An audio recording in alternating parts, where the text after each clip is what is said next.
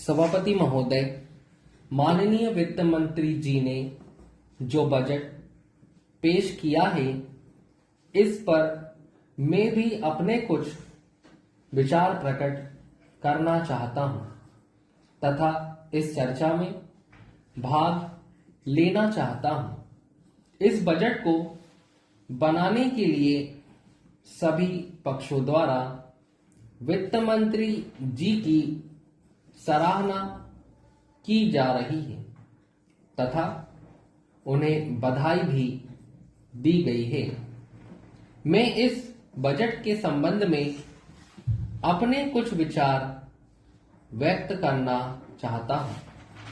हर बार सदन में यह कहा जाता है कि देश से बेरोजगारी दूर की जाएगी, गरीबी हटाई जाएगी, किसानों को प्रोत्साहन देकर उनकी तरक्की की जाएगी।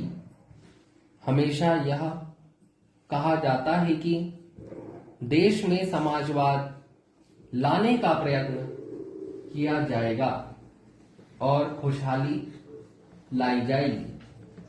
कई बार सदन में इस संबंध में विधेयक भी पेश किए गए, किंतु कुछ नहीं हुआ।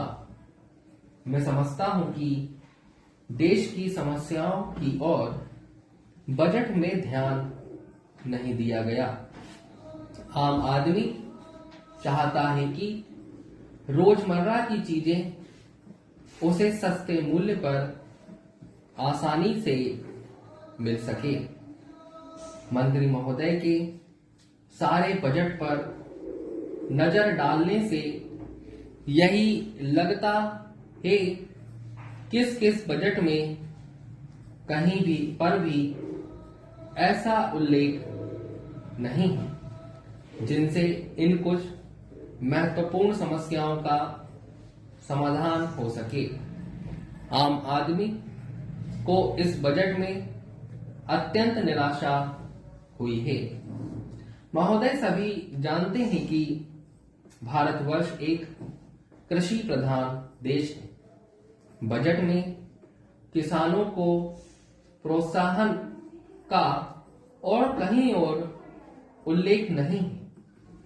किसान अपने खेत में जो भी गल्ला पैदा करता है, यदि सरकार उसके बेचने या खरीदने की अच्छी व्यवस्था कर दे और किसानों को उनके परिश्रम का उचित मूल्य मिल जाए, तो वे भविष्य में अपने खेत में और अधिक उत्पादन बढ़ाने के लिए प्रयत्न कर सकते हैं।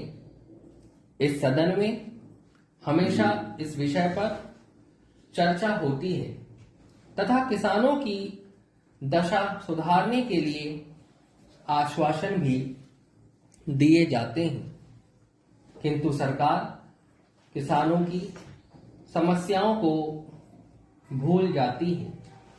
मैं आपके माध्यम से मंत्री महोदय से निवेदन करना चाहता हूं कि बजट में कुछ संशोधन करने के लिए सरकार से अनुरोध किया जाए तथा उसमें महंगाई, बेरोजगारी आदि समस्याओं पर विचार करके कुछ ठोस कदम उठाए जाएं, ताकि देश में जिस उद्देश्य के लिए प्रजातंत्र की स्थापना की गई थी वह पूरा हो सके और आम जनता की भलाई हो सके।